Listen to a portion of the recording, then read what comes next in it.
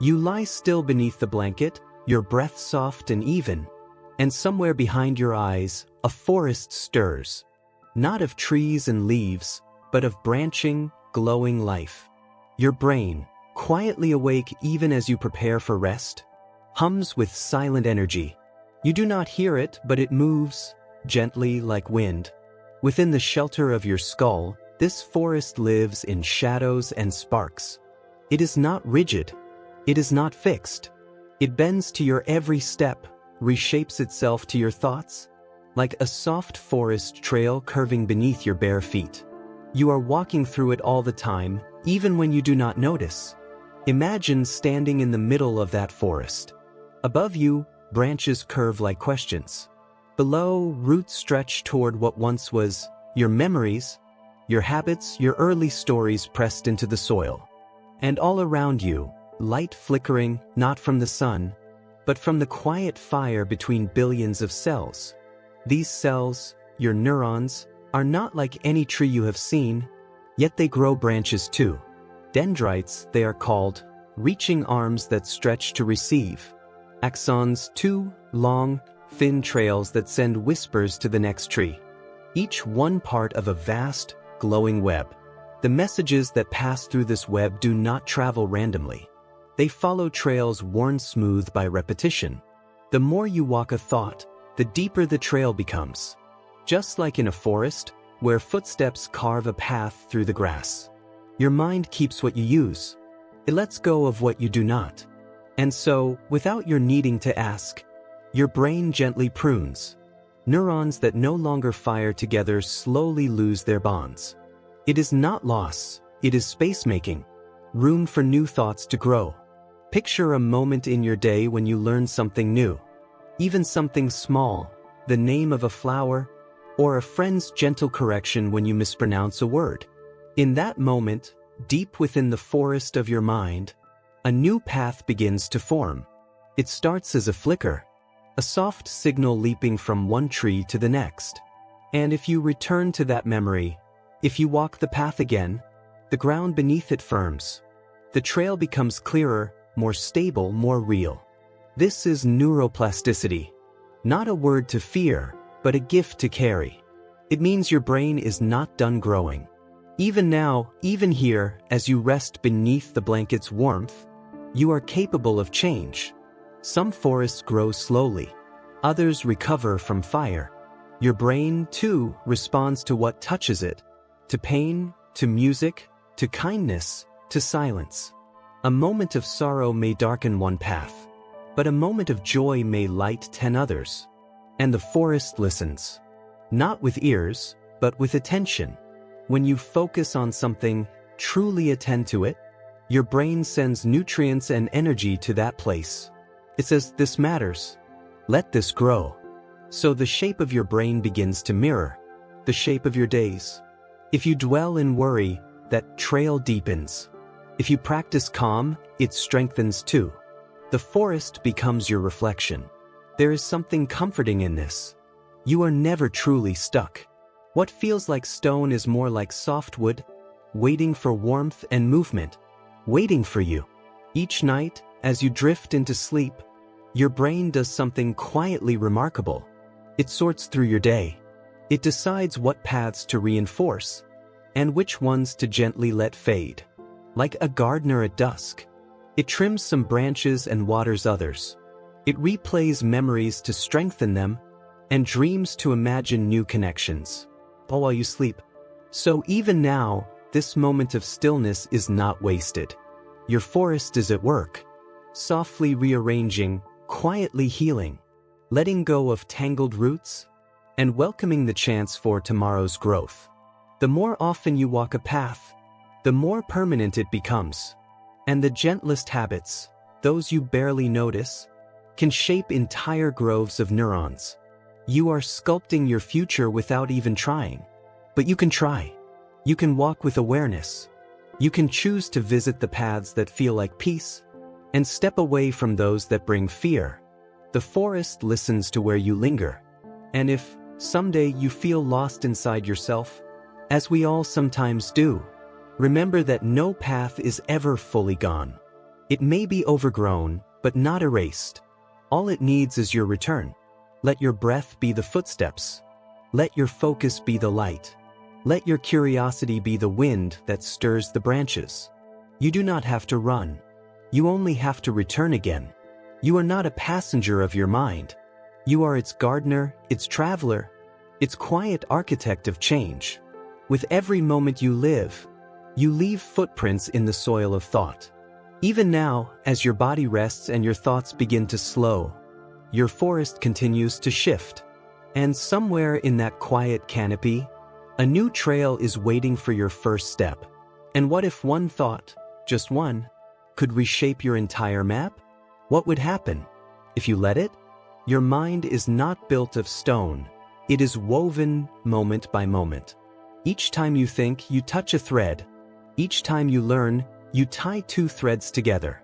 And when you feel something deeply, the thread thickens, becoming part of the fabric that holds you. In the forest of your brain, signals travel like light gliding along roots, whispering from one cell to the next. But they do not wander without purpose. They follow trails of wire, pathways called circuits, structures shaped by repetition, attention, and care. This is how you become yourself. Not all at once, but through countless echoes. A thought repeated begins to carve. A belief rehearsed becomes reflex. And slowly, the circuit becomes a road. You might picture it like a river carving a canyon. At first, the water only trickles across the surface. But each time it flows, it softens the stone. Until one day, the canyon is simply there. A deep passage for everything that follows. Your brain learns in the same way. Every time you practice a thought, a feeling, or a movement, you reinforce the pathways that carry it. Neurons that fire together wire together. That is not just a phrase, it is your biology singing. So if you play a piano scale 10 times, your brain responds. It says, "This matters." It wraps those circuits in myelin, a silky sheath, like insulation around electrical wire. So that next time, the signal moves faster. The more you practice, the more efficient it becomes. Your brain is trying to help you. It wants you to use less effort for familiar things, so you can focus your energy on the unknown. It makes what you repeat easier to repeat again. But here is the wonder, this wiring is never permanent. No matter how long you have thought a thought, you can still think a new one. No matter how deep the canyon, there is always room for another stream. Even old beliefs, the ones you inherited or picked up in the quiet corners of childhood, can be gently questioned, loosened, rewired. Not through force, but through kindness. Through noticing. Through choosing again. You might ask, how does change begin? And the answer is quieter than you think. Change begins in the pause, the space between reaction and intention. That small breath where you notice what you feel. Imagine you are walking the same forest trail each day. You know it by heart. You barely need to look. But one day you stop. You turn your head. You notice a glimmer of light between the trees.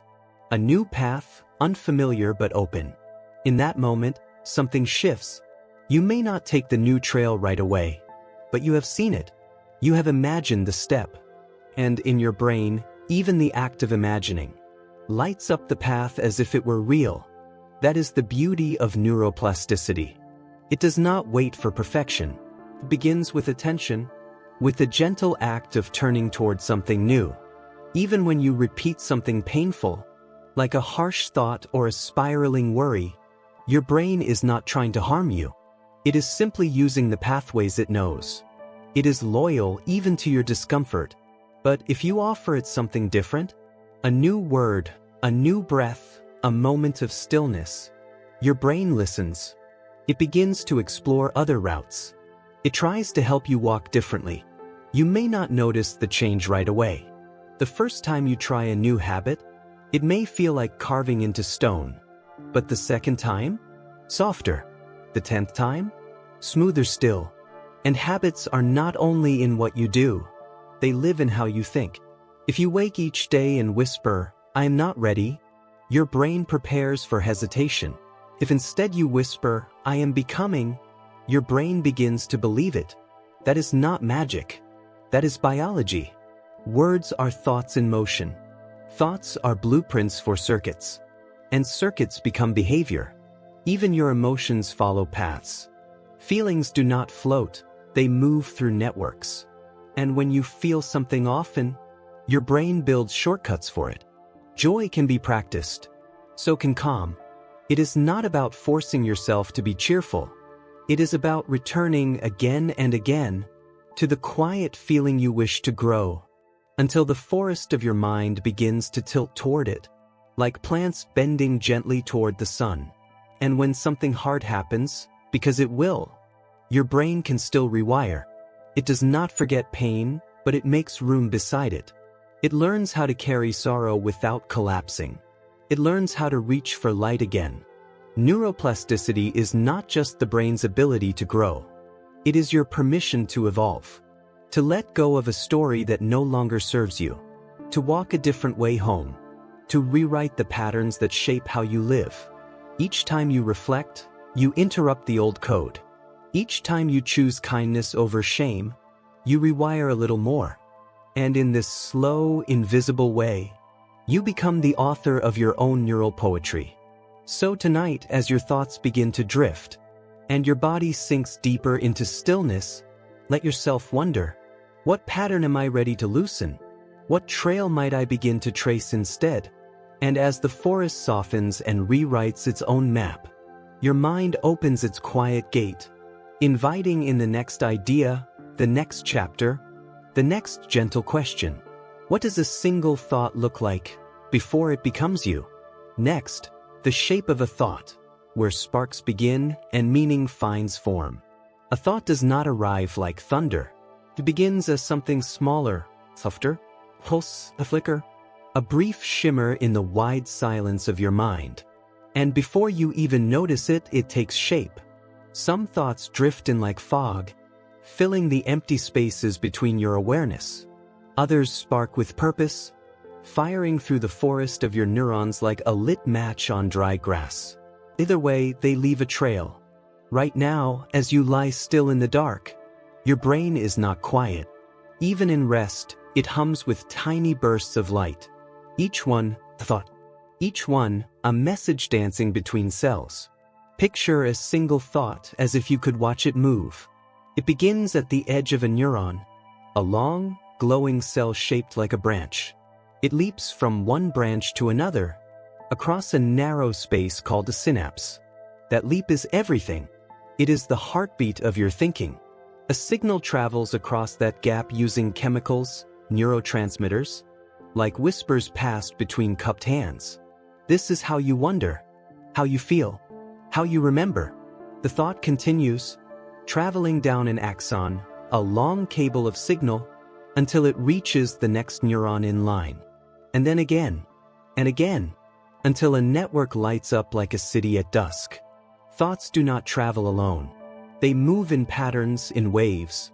Your brain pulls together different regions at once. Some for memory, some for emotion, some for images, some for meaning. If you imagine a red apple, your brain does not simply think of it. One part remembers the word, another recalls the color, another brings back the feeling of its taste. This is the shape of a thought. Not a single point, but a constellation. A glowing web of signals that momentarily align. To create an idea, a memory, a decision, a flash of insight you feel in your chest. And once it's formed, a thought can ripple outward. It can nudge a muscle to move, or guide your next sentence. It can turn into action, or fade quietly into the background. Some thoughts return often. They are familiar paths, easy to walk. They require little energy, because the trail is well worn. These are habits of mind, beliefs you no longer question, automatic responses you barely notice. But every thought, even the small ones, have the power to shape your brain's map. One spark leads to another, and if repeated, that spark becomes structure. This is how learning begins. Not in a textbook or a lecture, but in the private spark of "I see it now." A moment when scattered ideas align, and something clicks. You feel it as warmth, as motion, as a quiet yes inside your chest. This is your brain building a bridge, connecting islands of knowledge into a continent of understanding. Even in dreams, your thoughts keep building. The dreaming brain is not random. It's weaving fragments into stories, testing combinations, rehearsing futures. Thoughts still flicker, but they wear a different face. In waking life, your thoughts can shift your breath, change your posture, lift your mood. They can paint your morning with hope or shadow. And they can be trained, like a river redirected, by the placement of just one stone. You may wonder, can a single thought really make that much difference? And the answer is yes. Because a thought is not alone. It speaks to your body, to your choices, to your world. When you think, "I cannot," your body prepares for stillness. When you think, "I am learning," your mind opens and your body follows. It is not fantasy, it is physiology. This is why attention matters. What you focus on lights up. Like a spotlight in a dark theater, your attention tells your brain, this is the scene. This is what we are rehearsing. And with enough rehearsal, your thoughts begin to run more smoothly. The neural path becomes faster, stronger, like a highway paved over an old dirt trail. It becomes easier to think the same way again.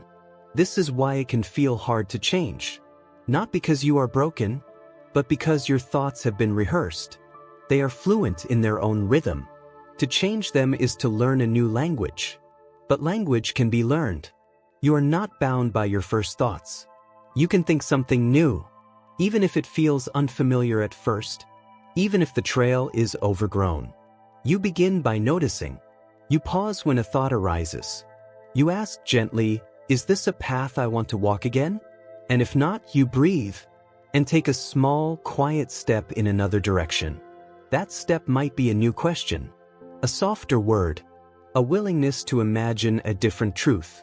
And with each repetition, your brain learns that this path is safe to build. Soon, it begins to change not just your thoughts, but how you feel your thoughts. You notice which ones bring calm, which ones spark tension. You learn the shape of your own inner weather. And with time, you begin to curate the patterns of your own mind. Not to control them, but to understand their rhythm, to guide them toward growth. So as you lie here, eyes closed and body still, your thoughts continue to flicker. Some may be quiet, some may surprise you, but each one is a spark in your living forest. A moment of connection, of creativity, of becoming. You do not have to catch every one. You do not have to follow every trail. But you can choose which ones to return to, which ones to feed, to water, until they bloom into something lasting. And somewhere inside, a new thought begins to form. Not quite clear yet, but pulsing softly in the dark. What if the most powerful parts of your brain are not the ones that shout, but the ones that listen? Next, the silent architects, glia and growth, where the quiet caretakers of your mind shape the forest from behind the scenes. Not all the brilliance of your brain comes from sparks. Not all the motion comes from the neurons that light up. Some of the most essential work happens in silence, in the spaces between, beneath, around. Here, the quiet caretakers tend your thoughts like gentle gardeners. They are called glial cells. Their name comes from the Greek word for glue. But they are far more than that. They do not carry signals like neurons do. They make sure the signals can flow at all. Imagine them as the forest's hidden workers. The ones who trim the branches, sweep the paths, deliver nourishment to the roots, and whisper to the trees when to grow or rest. They are unseen but never absent. For every neuron in your brain, there may be just as many, if not more, glial cells. They form the scaffold, the support, the background hum of care that lets your thoughts bloom without effort. Some glia wrap around neurons, like a warm blanket protecting a glowing wire. These are the oligodendrocytes, builders of insulation, spinning myelin to help your thoughts travel faster, more smoothly, more surely. Others roam like gentle custodians. The microglia, the immune protectors of your mind. They clean up debris, remove the pieces that no longer belong, and watch for signs of trouble. Astrocytes, named for stars, spread like soft webs through the spaces between neurons. They guide growth, manage flow, regulate the delicate balance of what comes and goes. They keep the environment just right for thought to thrive. You do not feel them, yet they hold you. You do not direct them, yet they respond to your needs. If you learn something new, if you repeat a movement or focus on a sound, your glial cells go to work.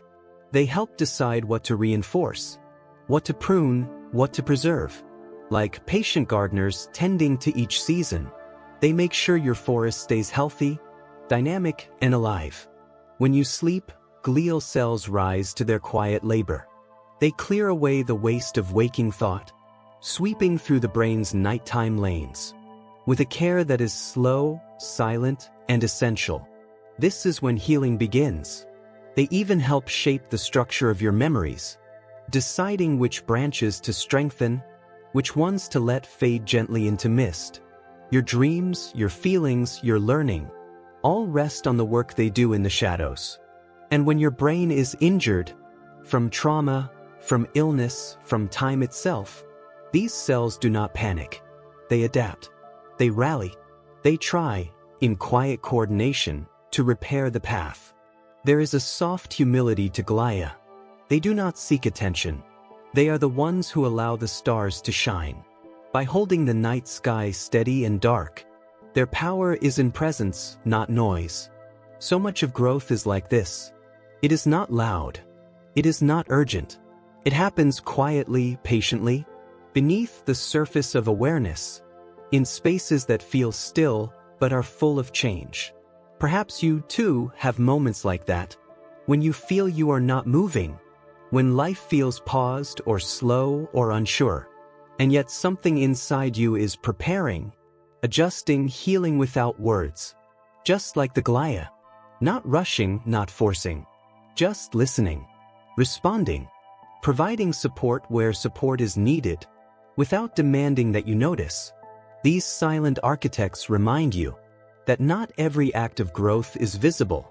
Not every helper in your life carries a spotlight. Sometimes the deepest transformations are the ones that happen when no one is watching. So tonight, as your body softens, as your thoughts begin to lose their shape, know that the glia are still working. They are balancing, restoring, clearing space for tomorrow's spark. And in your waking hours, you can learn from them too. To pause, to nourish, to make room, to let go of what no longer serves, and to quietly protect what still matters. The forest inside you grows not just through lightning and fire, but through the soft hands that care for its soil. It is not only the bright thoughts that shape your mind, but the quiet, unseen labor that keeps them alive. And now, as you float deeper into rest, you may begin to wonder, how does this forest first take form? In those earliest days of life, when the map is still blank and the world is brand new, there was a time before the thoughts, before language, before memory, when your brain was not yet a forest, but a soft, open landscape, waiting. Every sound, every touch, was a footprint on fresh earth. In those earliest days, your brain was at its most open. This is called a critical period, a window of deep plasticity, when the brain listens with total attention, absorbing the world like sunlight, growing wherever the light falls. Imagine it, billions of neurons already in place, but not yet fully connected, tiny trees standing in fog, reaching out, searching for one another. As a baby, your senses guided the building. When you heard your mother's voice, certain circuits lit up. When you gazed at moving light or felt warmth, the map began to shape itself. Neurons that were used grew stronger. Those that were not used began to fade. It was not punishment, but a kind of sculpting, a shaping of space to match your life. Even before you understood words, your brain was learning patterns of rhythm, of tone, of love. Each time someone smiled at you, a new path opened in response. Your earliest caregivers helped shape your brain, not by teaching but by being. Their faces, their touch, their presence. These were the tools that etched safety and connection into your map. The more warmth you received, the more your circuits wired for trust. The more comfort you found, the more easily your brain learned calm. Not because you knew these things, but because you felt them. And if there was pain, if there were moments of disconnection or fear, those too left marks. Not permanent scars, but patterns your brain built to survive. Even these patterns were gifts in their own way. Your brain did not judge them as good or bad, only as useful. It was doing what it always does, adapting to the world it found itself in. In childhood, every repeated experience becomes a road. If you were often encouraged, your brain wired for confidence. If you were often silenced, your circuits may have learned to shrink. But here is the truth whispered in the trees of your mind. None of these roads are final. They're well worn. But even the deepest childhood path can be softened, rerouted, transformed. That is the blessing of neuroplasticity. It does not end with childhood.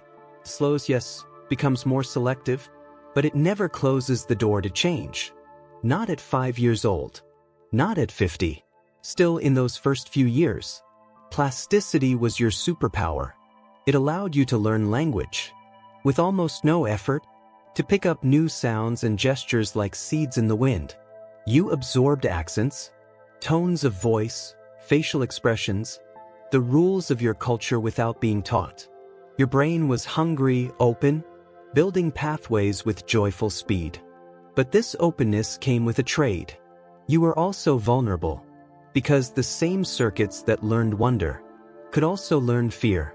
The same openness that welcomed love could also internalize shame.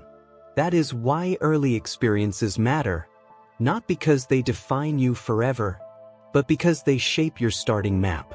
They give your brain its first layout, its first impressions of the world.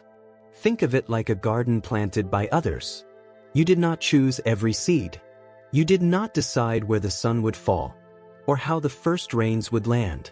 But the soil is still yours. And now, as you lie here, an adult or nearly so, with years between you and that early openness, you can still return to the soil.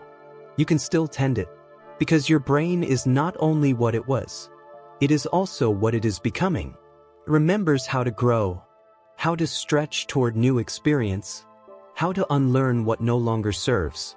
You may not remember being an infant, but the map that formed then still influences how you walk today.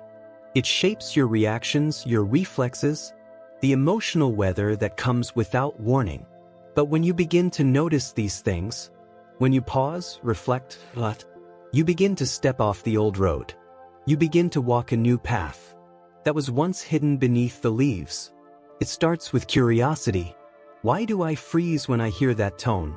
Why do I doubt myself before I speak? These are not flaws. They are echoes of your early forest. And the moment you notice an echo, you are free to respond differently, to speak even when your voice shakes, to breathe even when the fear rises, to return as an adult to the map drawn in childhood, and place your own landmarks. You can become the kind of caregiver your young brain once needed, with gentleness, with slowness, with warmth that you offer to yourself, as easily as you offer it to others. That is the quiet miracle of the grown-up brain. It can go back, not in time, but in care. It can repair. It can choose again. So if there are parts of your past that feel tangled, heavy, or unfinished, know this: your brain is still listening, still learning, still open to new footsteps. Even now, as you lie still and drift, you are touching that open map, maybe not with answers, but with awareness. And that is enough, because the next time your brain reshapes itself, it might not be in response to childhood, but in response to healing, And just as the brain rewires through early growth, it can also rewire through loss, through challenge, through pain that asks us to adapt again.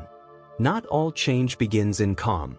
Sometimes it begins in a fracture, a jolt, a silence, a break in the rhythm of the self.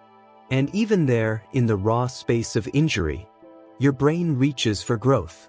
The brain is resilient, not because it never breaks, but because it learns to bend. It rewires not just in moments of joy, but in the aching stillness of recovery. This is neuroplasticity too, the healing kind. Imagine a stroke, a sudden disruption, where blood, life's quiet courier, cannot reach its destination. In that moment, neurons go dark. Some die. Some fall silent. A map you once knew becomes unreadable. Movement stutters. Words vanish. Familiar paths go missing beneath your feet. But even in that moment, your brain begins its quiet work. It does not give up. It reroutes. Nearby neurons may start to grow new branches. Regions that once had different jobs begin to learn unfamiliar ones. The undamaged areas adapt, taking on what was lost, sometimes imperfectly but faithfully. This process is called functional reorganization. It is your brain's version of rebuilding after a storm. Not returning things exactly as they were, but finding new routes, new ways to move, speak, remember, to live. And it does not happen in an instant. It happens slowly, through effort, rest, and time. Through repetition. Through trying, failing, and trying again. Through belief when belief feels far away. Even imagining a movement, lifting your hand, forming a word, can activate the circuits involved in doing it. Your brain listens to thought, and sometimes thought is the first bridge back. Physical therapy, speech therapy, occupational training, these are the tools that help your brain rebuild itself. But beneath each practice session, millions of cells are adjusting, reaching, remembering. In some cases, the recovery is dramatic. A child born with only half a brain can still develop speech, empathy, even complex thought, because the remaining hemisphere expands to take on both roles. In others, healing is quieter. A hand regains sensation, a voice reclaims clarity, a memory becomes reachable once more. Small victories that feel like miracles. But this kind of neuroplasticity, the plasticity of healing, does not belong only to the extreme. Even minor injuries, like a concussion or emotional shock, trigger the brain's adaptive instincts. It pauses, it reroutes, it tries to protect. Sometimes, in protecting you, your brain lays down new patterns, ones that avoid, that retreat, that hold back in fear of further pain.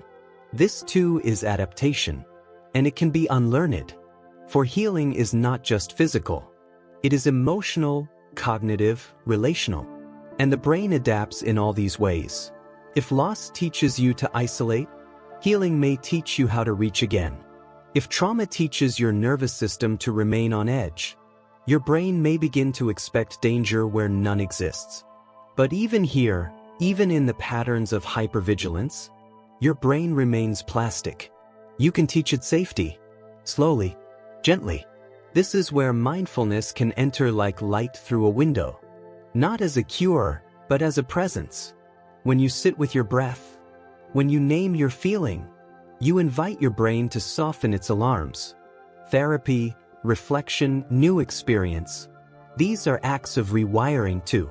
Not flashy, not immediate, but steady acts of choosing a new path. When the old one leads only to pain. And this truth may comfort you. Your brain does not stop trying. It does not hold grudges. It wants to heal. It wants to reconnect.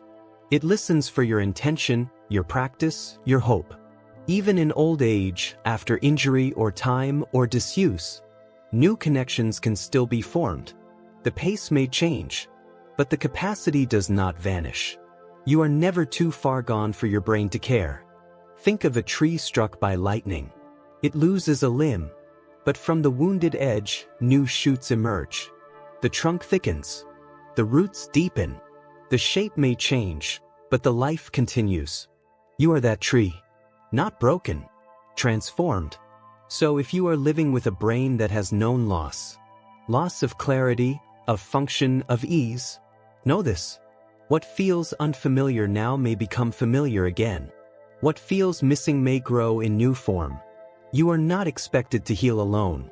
Your brain thrives on relationship, on connection, shared experience, support. When someone listens, touches your hand, speaks your name, your neurons remember the rhythm of belonging. The healing brain is not a perfect one.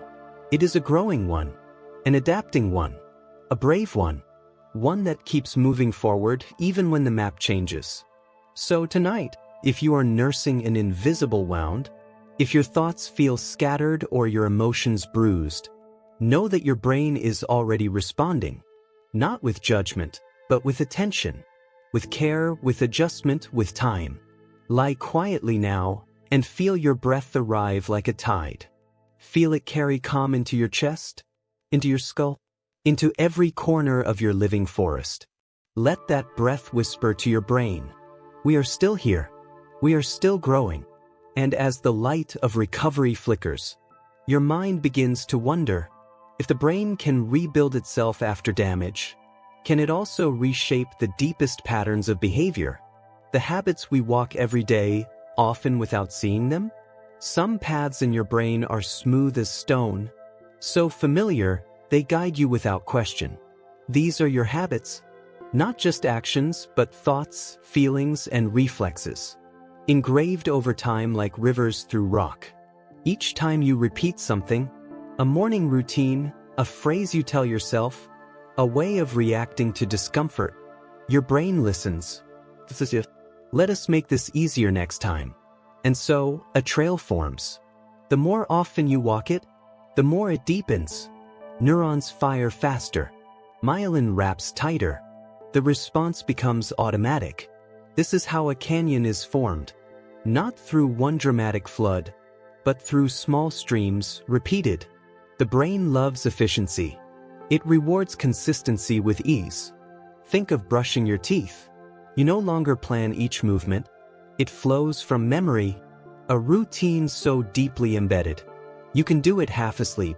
But habits do not live only in your hands. They live in your thoughts.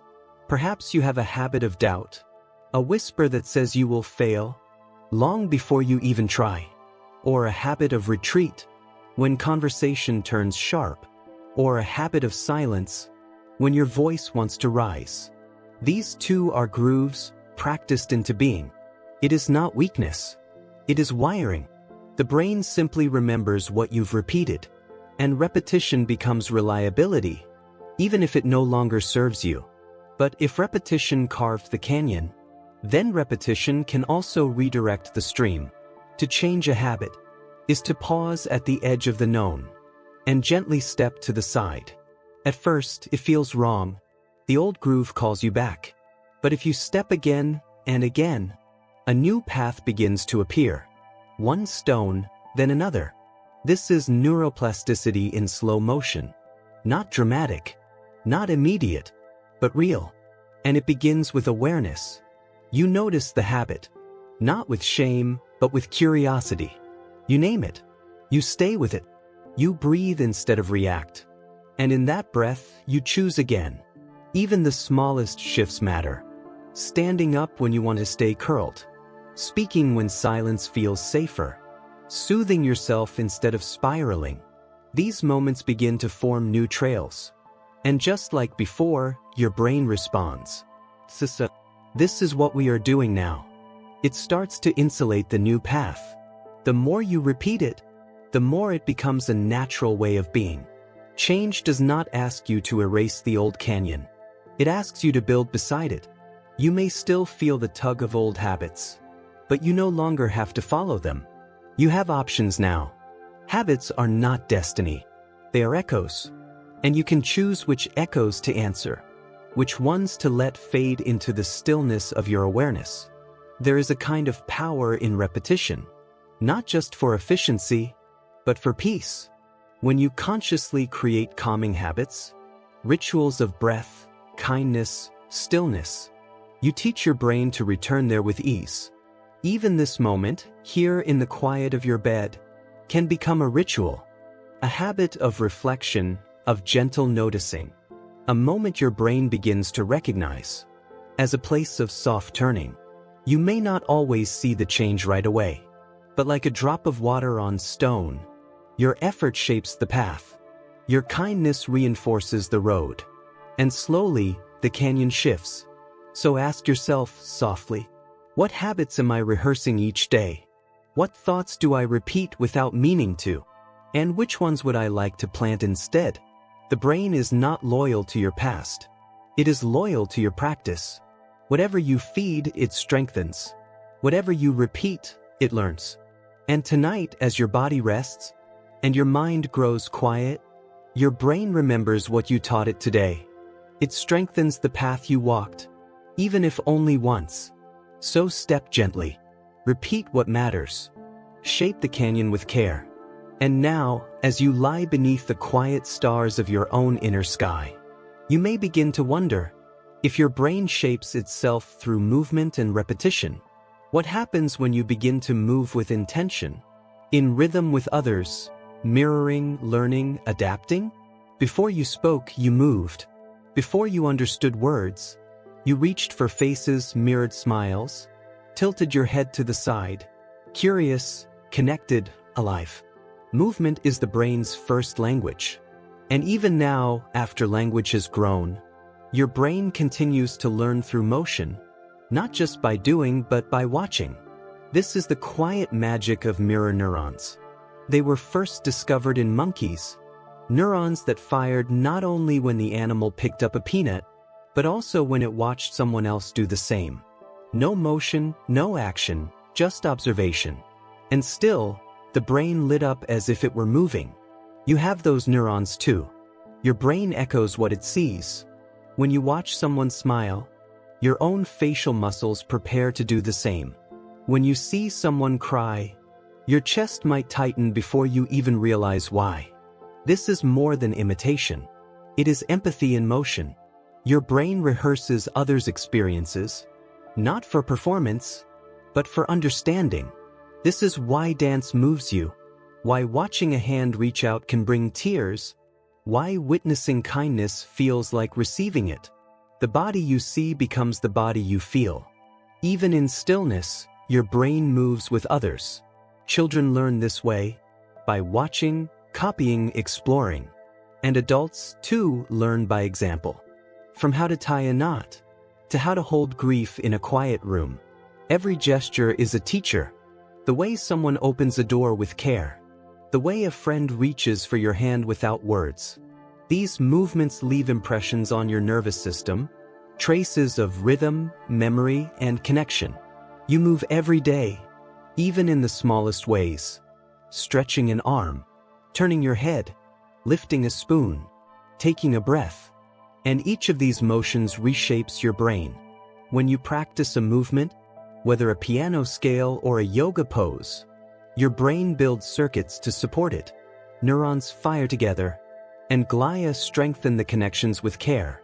But here is the miracle. Even imagining the movement activates many of the same circuits. Mental rehearsal, guided by attention, can improve performance, restore function, even spark healing. Athletes use it. Musicians, stroke survivors. They sit quietly, eyes closed, and see the motion in their mind. And the brain listens. The body responds. Movement is not separate from thought. It is thought in a different form. To walk is to plan. To dance is to feel. To reach is to hope. And when you move with others, your brain begins to synchronize.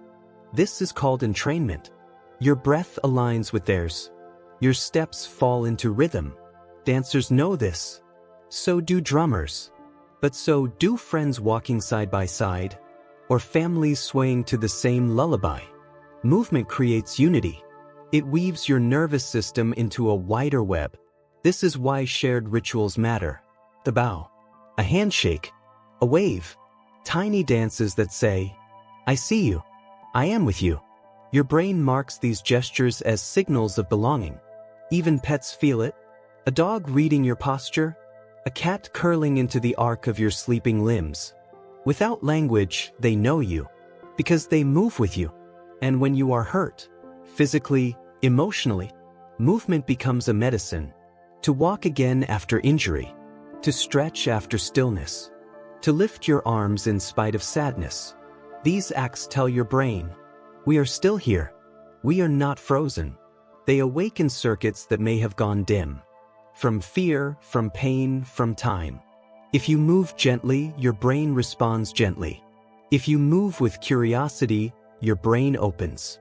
Each motion can be an offering, not to force change, but to invite it. Even now, as you lie still, your breath is movement. Your chest rises and falls. Your heartbeat drums quietly beneath your ribs. This is a rhythm your brain knows well. You can use it. Let your exhale be an anchor. Let your inhale stretch through your spine. Let your fingers soften, your jaw release. Let the stillness become a kind of dance. And if tomorrow you want to begin something new, a run, a stretch, a slow morning walk, know that your brain is ready. It wants to move with you, to build new maps through your muscles. You are not separate from your body. You are not a mind riding in a shell. You are one system, thinking, feeling, moving, becoming. So tonight, as you drift, perhaps you will dream of motion, of floating, of spinning, of hands reaching, of steps shared. And in that dream, your brain may begin to ask, if motion can mirror understanding, what happens when emotion and memory begin to move together? Mapping meaning through the heart as well as the mind? You may think of memory as a quiet shelf, a place where your past rests, undisturbed. But memory is not still. It pulses, breathes, and sometimes trembles. It is shaped not only by time, but by feeling. Each time something touches you deeply, your brain listens more closely. Emotion does not just color memory, it binds it, etching it into the folds of your mind like fire into wood. You remember what made you feel. The rush of laughter on a bright day. The heaviness of a goodbye. The scent of a childhood room. These are not just images, they are impressions lived from the inside. This happens through a part of your brain called the amygdala, an almond-shaped cluster tucked near the center, close to the hippocampus, which helps form memory. When emotion rises, the amygdala shines like a signal flare, saying this matters, remember this, and your brain listens. It strengthens the circuit. It tags the moment with urgency, with weight. So later, when you walk into a room that smells like that day, your body remembers before your thoughts do. This is why music brings back memories. Why a place can make your heart quicken. Why certain dates feel heavy, even if you do not recall why. The body remembers even when the story fades. These emotional maps guide how you move through life. If joy was often paired with connection, your brain seeks others when it feels light. If fear was paired with silence, your brain may quiet itself when danger is near. You learned what things meant, not just by logic, but by feeling them again and again. This is called emotional learning, and it lives deep in the neural soil. Think of a child who falls from a swing. If they are comforted, their brain learns, pain can be soothed. If they are ignored, their brain learns, I must endure this alone. These meanings get stored, not just in words, but in reflexes, in posture, in the way your voice rises or shrinks, in the choices you make without knowing why. They become emotional shortcuts. But like all paths, they are not fixed. When you revisit an old memory with new insight, your brain can reconsolidate it, reshape its emotional tone, and create new meaning where pain once lived. This is why therapy, reflection, and healing matter. Not because they erase the past, but because they allow you to walk back into it. With light, with language, with love.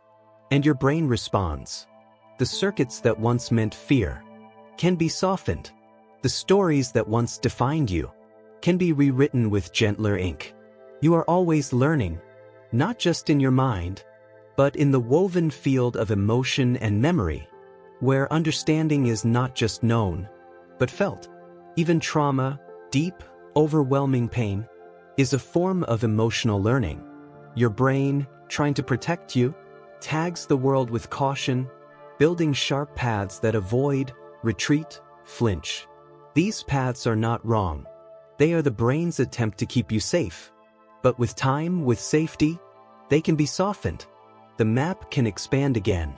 When you practice new feelings, safety, joy, connection, your emotional circuits adjust. The amygdala quiets. The hippocampus opens its arms. You begin to trust again. You begin to remember things without pain. You begin to shape a new emotional landscape, one where memory is no longer a minefield, but a place of meaning. Think now of your happiest memory. Not the biggest, not the brightest, just the one that feels warm. Notice what returns. The sound, the smell, the sensation of being held or free. This is your brain glowing with meaning. That memory is a path you can walk again. Each time you revisit it, the feeling deepens, and your brain learns, again, that joy can be real. But this is true of all emotion. And so your awareness matters. The more you notice what you feel as you remember, the more you can shape what your memories teach you. The more conscious your maps become. You begin to ask, what do I want this moment to mean? Even when you cannot choose the event, you can shape the thread it weaves into your story. This is the gift of human memory. It is not a hard drive. It is a garden. And you can revisit the roots, prune them, water them, plant new seeds. Even tonight, your sleeping brain tends the garden. Dreams stir old memories. Emotions rise like mist. And your brain, with glial hands and silent care, reshapes the terrain for morning. So lie here now, gently aware of your inner landscape. Some parts bright, some still tender, all alive, all growing. Let your breath soften into the soil. Let your memories rest in open hands. You are not made of your past. You are made of the meaning you give it. And that meaning can shift, not with force, but with feeling, with the quiet courage to return and reimagine. And so, as you drift, your mind may begin to wonder, if I am not fixed, but always becoming, who am I now? You are not a finished sculpture, chiseled once and left to weather. You are not a single story, etched in ink and bound forever. You are a river, curving, shifting, alive. Your brain, even now, is not what it was last year. Even now, it is not what it was yesterday. Tiny shifts have occurred, connections strengthened, some loosened, others brand new. This is not theory. This is truth. Neuroplasticity is not just about recovery or learning. It is about becoming. Moment by moment, you are shaping the version of yourself who will wake up tomorrow. And you are not alone in this. Your brain walks with you, not behind, not ahead, but beside you like a gentle guide. Listening, adjusting, offering. You may not feel it happening. The change is subtle, like the soft growth of hair, or the way light shifts on the floor throughout the day. But it is happening, quietly, patiently, under your attention. When you choose to speak gently to yourself, you change. When you pause instead of react, you change. When you try again even after failing, your circuits quietly applaud. You may look back on your past and see moments you wish you could rewrite. But even the act of remembering with kindness can soften those paths. Your brain learns compassion as it learns anything else, through use. Every time you show up, even in small, trembling ways, your brain takes note. This matters, it says, let us make this easier next time. And so, the shape of who you are begins to bend toward intention. Not because you force it, but because you return to it, like water carving stone, not through power, but through patience. Becoming is not a race. There is no final version of you waiting in the distance. No perfect self hiding behind tomorrow. There is only this breath, and the next. You are allowed to outgrow the person you once were. You are allowed to shift, again and again. What once served you may no longer fit, and that is not failure. That is evolution. Think of trees shedding their leaves, snakes molting old skin, clouds changing shape without apology. Nature does not cling, it transforms. And you too are nature. You are not separate from this rhythm. Your growth is not unnatural. Your change is not betrayal. You are not lost, you are expanding. Some parts of you may resist. They whisper that you must stay the same, that the world will only accept the you they remember. But the brain does not fear change when guided with care. It embraces it when shown a path of safety. So take your time. If a belief feels heavy, examine it. If a habit feels tight, loosen it. If a voice inside you says, "Not enough," ask where it learned those words and who you are without them. You do not have to erase your past. To become someone new, you only have to listen, to hear what your mind is ready to let go of and what it is ready to grow into. Your identity is not a stone mask. It is a soft fabric woven from experience. And every moment, you are adding threads, some bright, some shadowed, all yours. You are not broken. You are building, not lost, just unfolding, not behind, simply arriving. And yes, there will be days when you forget this, when the old thoughts feel louder, when the change feels far away. But even then, your brain does not give up on you. It waits, listens, leaves the door ajar, ready for the moment when you turn toward yourself again and say, "I'm here. Let's keep going." So let tonight be that moment. Let rest be the pause between chapters. Let sleep be the soil where tomorrow's version of you can begin to take root. Because the future you is not waiting far away. She is already growing inside you. You are already becoming her, in the choices you make, in the thoughts you soften, in the love you allow. And now, as your breath deepens, and your mind begins to float, a final thought arrives, quiet as mist. If the forest inside you is always changing, what other hidden landscapes might be shifting, just beyond awareness?